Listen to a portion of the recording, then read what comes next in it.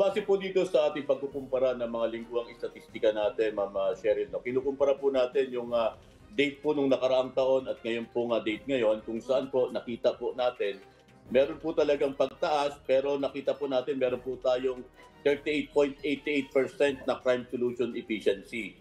Nung nakaraang taon po na ganito rin pong petsa, meron po tayong naitala dito base po sa aming mga datos. May naitala po tayong 8 insidente po ng theft at 6 naman po ngayong taon, ngayong taon na ito, kung saan nga po tinitignan po natin yan na unti-unti po bumababa yung ating 8 focus crime, particular na po itong crime against property na palagi po nating binabantayan pagdating po ng Burman.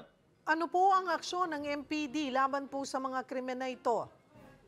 Yes po, marami po tayo mga iba-ibang mga out of the box na ginagawa nating mga tawag po natin dyan best practice, kung saan po mapapansin niyo po itong Divisoria na patuloy pong dinadayo ng ating mga kababayan. May dalawa pong istasyon ang naghahati po dito. Ito po ang Moriones Police Station ng Tondo at itong Maysig Police Station po. Dito naman po yan sa Binondo. Kung saan po, Ma'am Cosim, na balita ko na lang din po, meron po tayong mga iba-ibang mga strategy dyan. Katulad po, mapapansin po niya natin dito sa Maya Divisoria, meron po tayong tinatawag dito na Oplan Bandilyo o Oplan Paalala. Tuloy-tuloy po ito. Hindi lamang po sa labas, pati na rin po sa loob ng mga mall.